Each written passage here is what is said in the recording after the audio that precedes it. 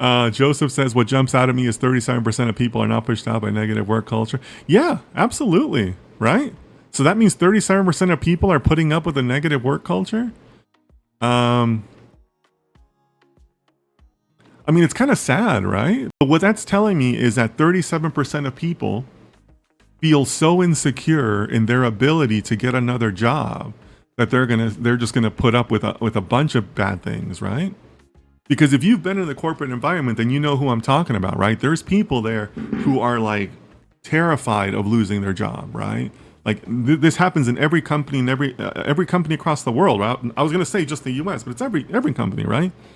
There are people there who are terrified of losing their job. They cannot go without a paycheck for even one day. Or in some cases, they find some sort of personal validation in it, right? You know, they would find it personally disappointing to not have that job or whatever the case may be, right?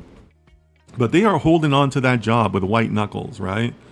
Like they just cannot let go of it. So could that be 37% of the people? Yeah. I mean, I've met more than just a few in my career.